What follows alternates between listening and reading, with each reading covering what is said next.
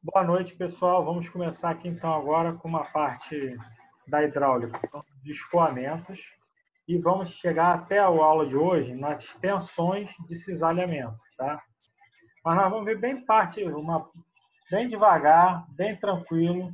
Nós vamos tentar entender tudo 100%, devido a essa parte remota que a gente está, né?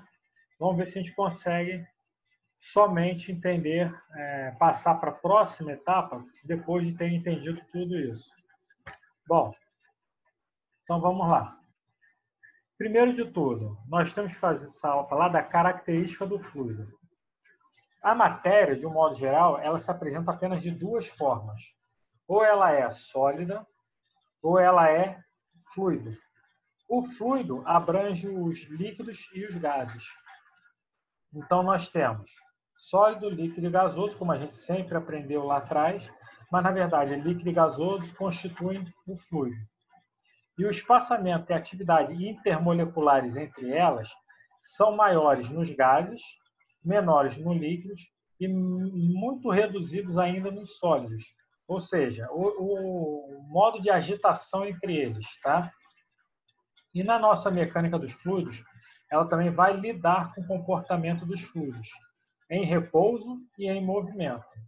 Aí nisso vai vir os tipos de escoamento, vai vir a forma, se você vai ter ou não uma tensão de cisalhamento devido a esse comportamento do fluido. Nós vamos falar que o escoamento ele é complexo, tá? E nem sempre nós podemos ter um cálculo exato. Ou seja, muitas das vezes a gente apenas só vai especular um valor próximo daquele que a teoria, na verdade, vai nos mostrar. Nós podemos chegar, sim, em alguns tipos de escoamento, em valores exatos. Só que a maioria dos escoamentos, principalmente quando se torna turbulento, a análise matemática dele é meio imprecisa. A gente vai apenas chegar próximo de um valor conhecido. Beleza? Bom, vamos para o próximo slide. Então, nós precisamos saber o que é o escoamento. O escoamento é quando há mudança na forma do fluido, sob a ação de um esforço tangencial, ou seja, está uma tubulação aqui. Ele vai entrar o fluido e, por forma tangencial aqui, na área de contato do fluido, ele muda esse comportamento. Ele vai mudar as características dele, a forma dele. E mediante a fluidez. O que seria essa fluidez? A fluidez é a capacidade do fluido de escoar. Ou seja, quando você pega uma caixa de leite fechada, você faz um furinho ali embaixo, o que acontece com o leite? Ele começa a escoar. Esse escoamento é chamado de fluidez. É a fluidez que está passando por aquele buraquinho do leite. Beleza? Bom, continuando. Para isso, nós precisamos definir 4 importantes passos para o movimento de um fluido. O primeiro é a trajetória, depois vai vir linhas de corrente, tubos de corrente, que é um pouco diferente dessa linha de corrente, e linhas de emissão. Essas linhas de emissão, vocês veem isso direto, mas não associar o que seria essa linha de emissão. Tá? Então, vamos ver um por um aqui bem detalhadamente. Bom, primeiro, trajetória. A trajetória, como o próprio nome já diz, ele vai ser o caminho que uma partícula executa num determinado recipiente, numa determinada situação. Ou seja, nós temos aqui o plano X, Y e Z, uma partícula que está aqui nesse ponto no instante T1, depois está nesse outro ponto aqui no instante T2. Só que de T1 para T2 ele não foi em linha reta. Ele executou esse movimento aqui. Essa é a trajetória que essa partícula está fazendo no instante 1 aqui, 2 aqui e 3 aqui. Então, com essas 3 partículas, nós podemos ver que o fluido fez esse caminho aqui, essa trajetória. Ok? E ao longo do escoamento, você pode ver em pontos, dentro de uma tubulação, por exemplo, pontos diferentes, de comportamentos diferentes do fluido. pontos de acordo com a trajetória que esse fluido vai fazendo. Tu pode ter, por exemplo, um alargamento numa tubulação ou um estrangulamento nessa tubulação. Consequentemente, a trajetória vai mudar. Depois, essas linhas de corrente. Essas linhas de corrente, elas fazem parte da trajetória. O que seria ela? É a velocidade tangencial de diversas partículas, uma após a outra, ter passado por aquele ponto. E uma coisa importante, duas linhas de corrente não podem se interceptar. O ponto teria duas velocidades. Ou seja, se você tivesse uma linha de corrente vindo para cá, não pode ter uma outra em contato aqui. Porque nesse ponto aqui, tu teria uma velocidade tangencial dessa linha de corrente aqui, na verdade, dessa trajetória, e dessa trajetória aqui uma outra velocidade tangencial para cá. E, consequentemente, não pode existir essas duas velocidades. As linhas, normalmente, elas são paralelas umas às outras. Elas vão seguindo o fluxo do meu líquido. Então, a gente vai ver o mesmo desenho, praticamente, só que pegamos 3 pontos diferentes agora. Ponto 1 aqui, ponto 2 e ponto 3. Com isso, nós vamos tirar a velocidade tangencial dele. Então, a primeira velocidade, V1, está para cá, V2 está para cá e o V3 está para lá. Então, você vai ter em cada ponto velocidades instantâneas. Podem ser iguais ou não. Isso aí vai depender do tipo de caminho que ele vai estar percorrendo. Por exemplo, aqui ela pode estar num lugar mais folgado e aqui em 2 ter sofrido um estrangulamento. Então, nesse estrangulamento aqui, a velocidade 2 vai ser maior que a nossa velocidade 1, ok? Até aqui, alguma dúvida sobre essas duas partes? Beleza, silêncio, entendi. Beleza. Então, vamos lá. Com isso, tem agora a parte de tubo de corrente. O tubo de corrente é exatamente mais ou menos o princípio de uma caixa d'água. Você tem uma tubulação no alto, que ela vai deixar o fluido passar e vai ser escoado para a sua residência. No caso aqui, o que você tem? Um fluido subindo essa parte. Você tem aqui, no interior de um fluido, em escoamento, existem infinitas linhas de corrente. Essas linhas de corrente estão definindo o sentido do fluxo, definida por suas partículas fluidas. A superfície constituída pelas linhas de corrente forma no interior do fluido é denominada de tubo de corrente ou veia líquida. Ou seja, essa superfície aqui que ela está constituindo, ocupando o espaço, é o que a gente chama de tubo de corrente. Esse tubo de corrente ele pode ser totalmente preenchido com fluido ou não. Aí nós vamos ter aqui uma parte bem larga, tem aqui uma área 1, que é onde que o fluido vai ocupar nessa tubulação. É um cilindro, então vocês têm que lembrar da área do cilindro, que é qual? Alguém lembra?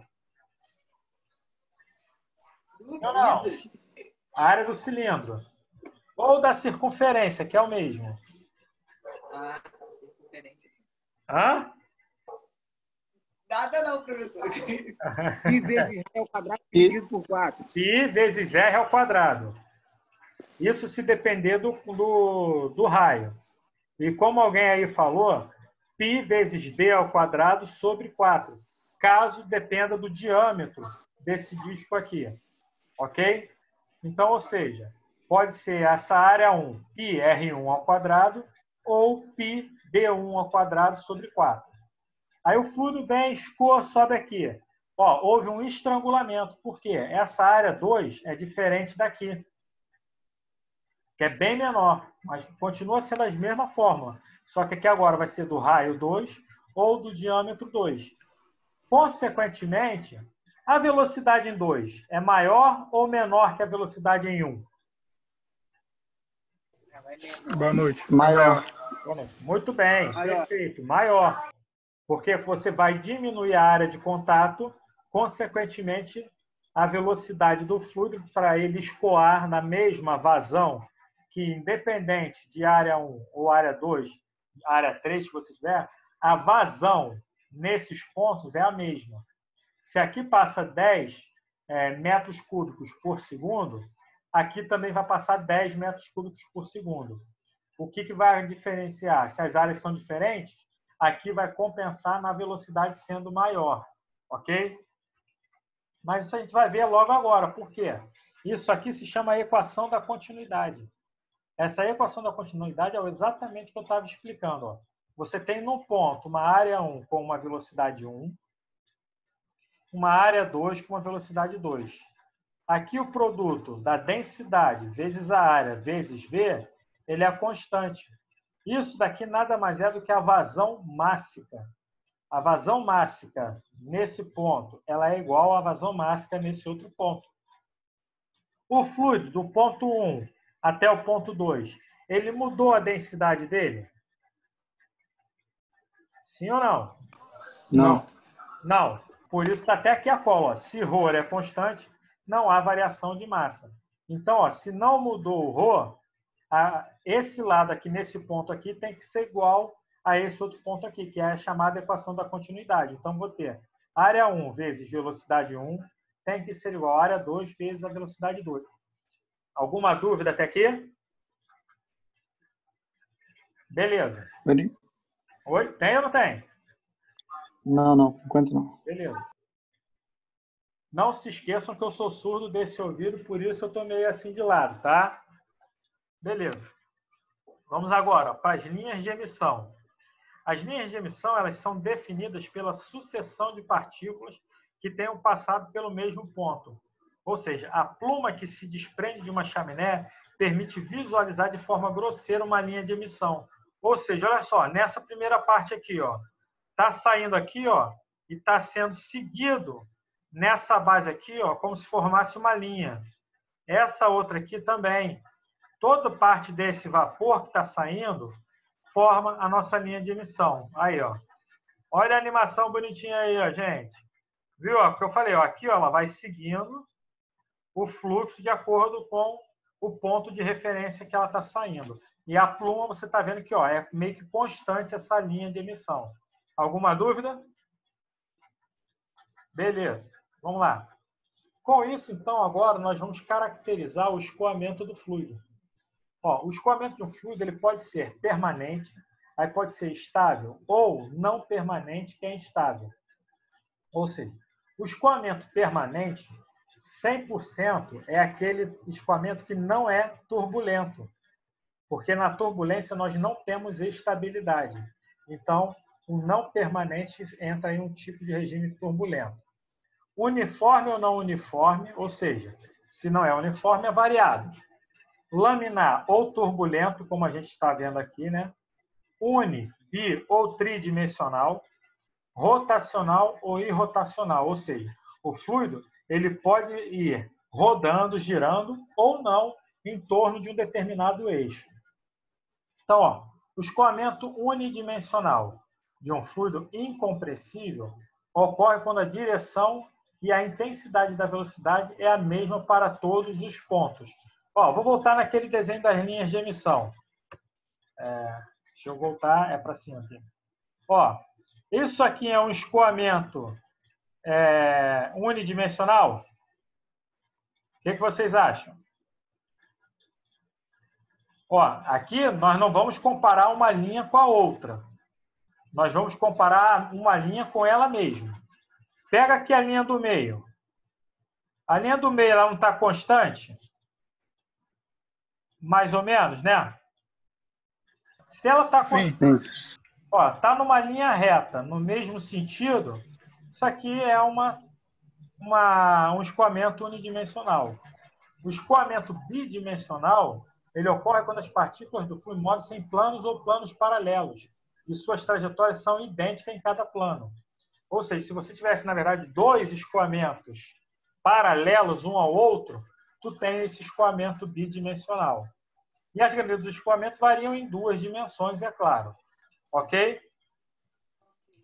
E o tridimensional, né, rapidinho, né, que eu não coloquei aqui, mas por analogia você vê.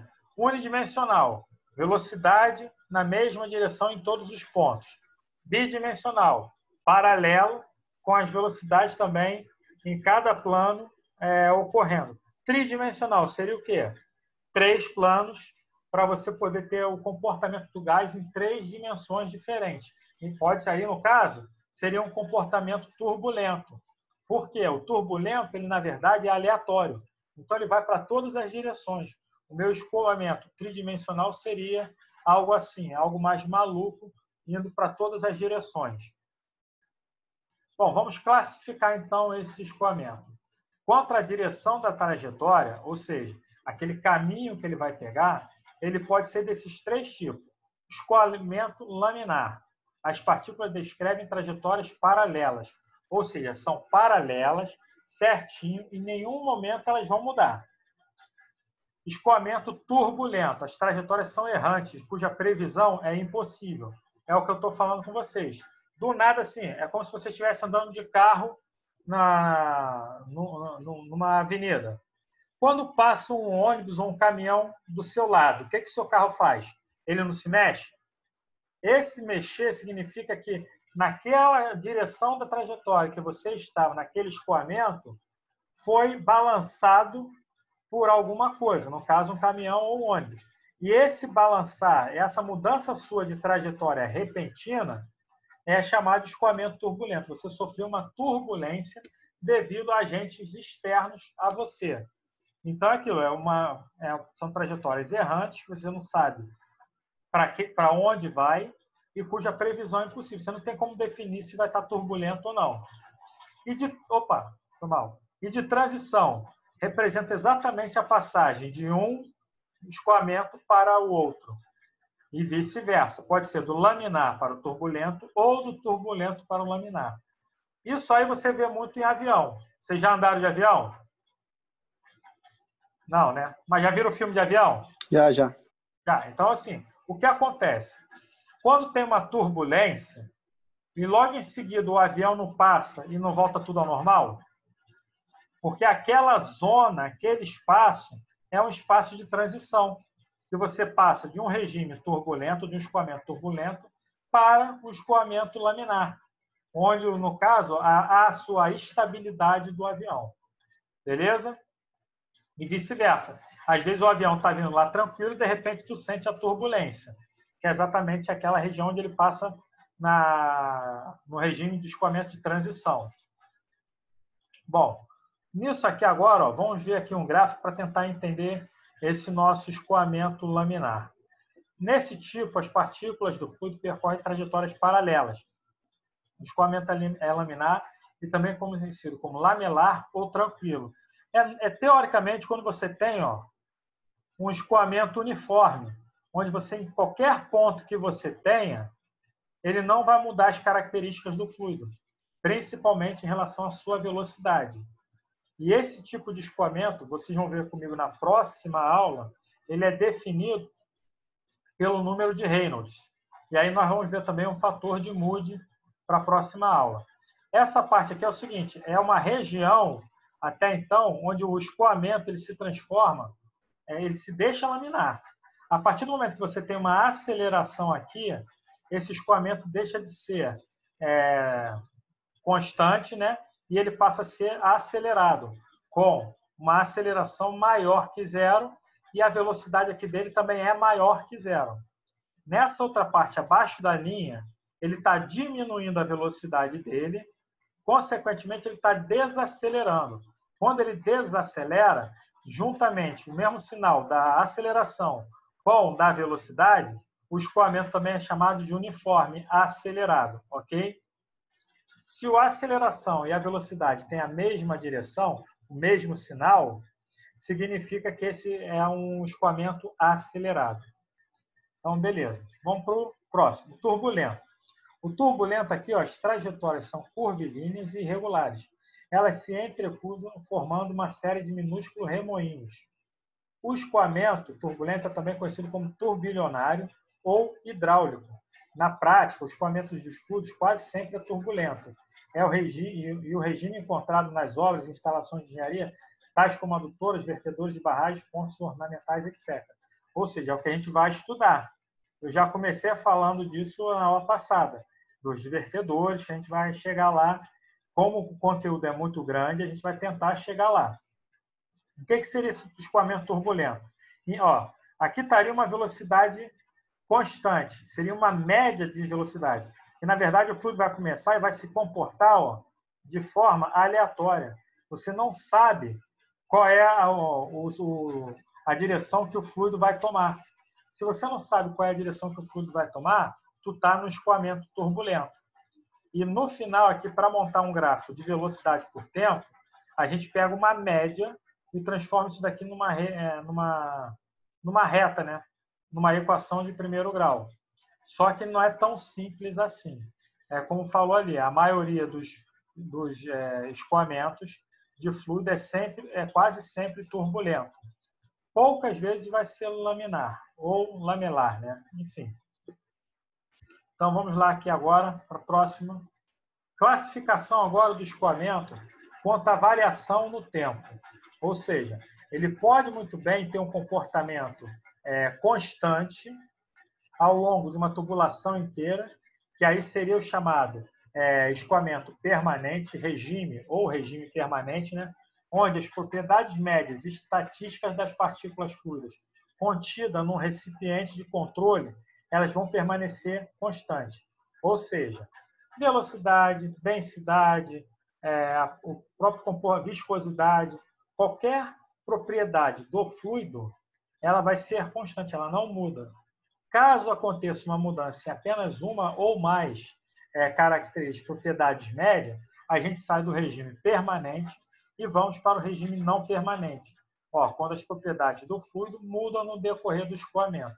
É como se, por exemplo, você conseguisse, numa tubulação reta, modificar a densidade do fluido de um ponto a outro. Aí, se você mudou de um ponto a outro, passou um tempo, você mudou isso daí, tu está no regime não permanente. Entenderam até aqui, pessoal? Beleza? Sim. Show. Eu vou fazer o seguinte, eu vou perguntar, esperar um tempinho. Se ninguém responder, todos estão entendendo, valeu? Porque senão toda hora eu vou estar atrapalhando vocês em tirar e botar o som toda hora. Beleza? Então, pessoal, isso aí. E o escoamento permanente, ó. Nessa parte é como eu estou falando, ó. Quando você tem 2 instantes, mas não muda a velocidade, tu está no regime permanente. Ó, neste tipo, a velocidade e pressão em determinado ponto não variam com o tempo. A velocidade pode mudar de um ponto 1 para o outro, mas são constantes em cada ponto imóvel do espaço a qualquer tempo. Ou seja, se esse cara saiu daqui e chegou aqui em 1 segundo, esse 2 chegou aqui e nesse aqui em 1 segundo também, e a variação foi a mesma da velocidade, ou seja, o intervalo de tempo ela teve a mesma velocidade, significa que o escoamento é permanente. Caso há essa diferença de pressão e de velocidade, aí nós estamos naquele regime não permanente. Ó, o escoamento permanente é também chamado de estacionário e disse que a corrente fluida é estável. Nele, a pressão e velocidade em um ponto, independente de qualquer que seja a coordenada x, y, z, são funções da coordenada nesse ponto, ou seja, não depende do tempo. Bom, avisou aqui que em 10 minutos a gente se encerra a primeira parte. Caso isso aconteça e eu ainda esteja explicando, com certeza vou, é só clicar de novo no link e aí volta todo mundo, beleza? Foi lá. Então, isso daqui significa que, olha só, fisicamente falando, que a variação da pressão em função de um tempo ela é zero. E a variação da velocidade em função do tempo também é zero. O escoamento não permanente, aqui já acontece diferente. Ó. Nesse caso, a velocidade e a pressão em determinado ponto variam com o tempo. Variam também de relação a um ponto a outro. Esse tipo é também chamado de variável ou transitório e disse que a corrente é instável. A pressão e a velocidade em ponto no eixo x, y, z depende tanto das coordenadas como também do tempo. Olha aqui o que é que a gente tem. Ó. Nessa primeira situação, ó, aqui a pressão que a gente tem seria uma pressão atmosférica. Quando o líquido sai daqui, ele sai com uma outra pressão diferente dessa. A velocidade que ele estava aqui inicialmente era zero. Quando você fez o furo, abriu aqui a válvula, começou a escoar. Então, aqui tem uma velocidade que é diferente. Então, é isso. No regime permanente, a variação de qualquer grandeza que você está estudando em relação ao tempo é zero. E no não permanente, a variação de qualquer grandeza que você esteja estudando é diferente de zero. Beleza? Então, vamos lá.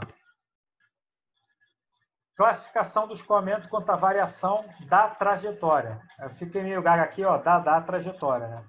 Bom, ele pode ser uniforme, onde todos os pontos de uma mesma trajetória possuem a mesma velocidade, ou seja, você não muda. E variado, onde o ponto de uma mesma trajetória não possui a mesma velocidade.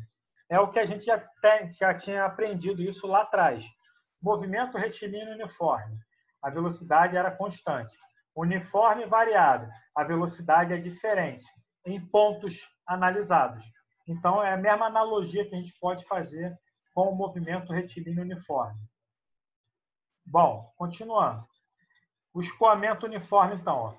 Nesse tipo, todos os pontos da mesma trajetória têm a mesma velocidade. É um caso particular do escoamento permanente, ou seja, estão interligados. A velocidade pode variar de uma trajetória para outra, mas na mesma trajetória, todos os pontos têm a mesma velocidade. Ou seja, de um ponto a outro da mesma trajetória, a velocidade não varia. O módulo, direção e sentido são constantes. Um exemplo que ocorre esse tipo é em tubulações longas de diâmetro constante. No escoamento uniforme, a seção transversal da corrente é invariável. O que isso ele quis dizer? Se eu pego um ponto aqui e um outro ponto aqui de uma tubulação, aí esses dois pontos, eu tenho a diferença de velocidade é 10. Se eu ando mais um pouco por fluido, nesse ponto aqui e nesse outro, aqui pode ser 20 e 30. A variação entre esses dois pontos no mesmo intervalo de tempo dessa primeira análise aqui vai ser 10. Então, ou seja, continua constante. Ou seja, varia as velocidades, porém a diferença entre elas é constante. Isso transforma dessa diferença de velocidade o escoamento uniforme.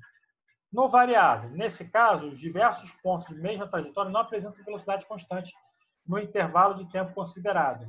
Então, ó, se nesse intervalo aqui a variação foi 10, nesse outro intervalo, de mesmo tempo que levou, foi 15, já viu que houve uma mudança de variação de velocidade. Se há essa mudança da variação de velocidade, o escoamento é variável. Ele ocorre, por exemplo, nas correntes convergentes originárias de orifícios e também nas correntes de seção. O que você tem? Se você faz um furo no orifício, até chegar ali naquela parte, você vai ter entre o buraco e aonde vai vazando o fluido, a velocidade é diferente. Então, o escoamento é variado. Bom, classificação do escoamento agora quanto ao movimento de rotação. Bom, como estava falando, rotação é rotacional ou irrotacional. O rotacional, a maioria das partículas deslocam-se animada de velocidade angular em torno do seu centro de massa. Ou seja, ela vai ficar girando em torno do próprio centro de massa dele. Já no irrotacional, as partículas se movimentam sem exibir movimento de rotação. Na maioria das aplicações de engenharia, despreza-se a característica rotacional dos escoamentos. Por quê?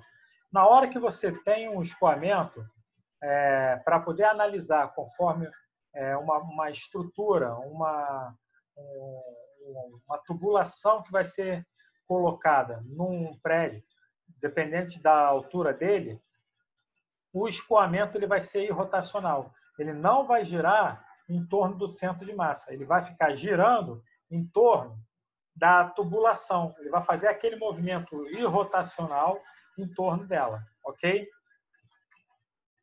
Então, beleza. Eu estou repetitivo porque tem duas explicações, às vezes, uma compreende melhor do que a outra. E aí fica mais fácil. Essa daqui está um modo mais geral nessa daqui. Ó, escoamento rotacional. Cada partícula está sujeita a uma velocidade angular W. Essa velocidade angular é aquela velocidade radial em relação ao seu centro de massa. Por exemplo, o escoamento rotacional é bem caracterizado no fenômeno de equilíbrio relativo em um recipiente cilíndrico aberto, que contém um líquido e que gira em torno do seu eixo vertical, em virtude da viscosidade, os escoamentos dos fluidos reais é sempre do tipo rotacional. Ou seja, dependendo da viscosidade do fluido, ele vai girar em torno daquele ponto. Isso somente também para cilindro aberto. Só que a gente, quando tem uma tubulação, nós não ficamos com o cilindro aberto na hora que você faz um edifício, coloca uma tubulação lá. Você tampa essa tubulação. Aí, quando você tampou essa tubulação, passa a ter um escoamento mais suave e rotacional, onde o fluido ele não vai ter um comportamento giratório, ele vai ter um comportamento de linhas de transmissão paralela. Então, para simplificar o estudo da mecânica de fluido, é usual desprezar a característica rotacional do escoamento, passando-se sempre a considerar como irrotacional, ou seja, evita a turbulência a isso. Através dos princípios clássicos da fluidodinâmica, no tipo irrotacional, as partículas não se deformam, pois se faz uma concepção matemática do escoamento, desprezando a influência da viscosidade. Se o escoamento é irrotacional, mais tarde, quando a gente chegar lá na parte de tensão de cisalhamento, você vai ver que ela não vai ter tensão, porque a minha tensão de cisalhamento ela depende da viscosidade. E aqui, ó, no escoamento irrotacional, a viscosidade ela é nula, tu vai desprezar ela. Então, vamos lá. Vamos começar aqui agora alguns conceitos básicos matemáticos. O primeiro conceito básico é de vazão em massa.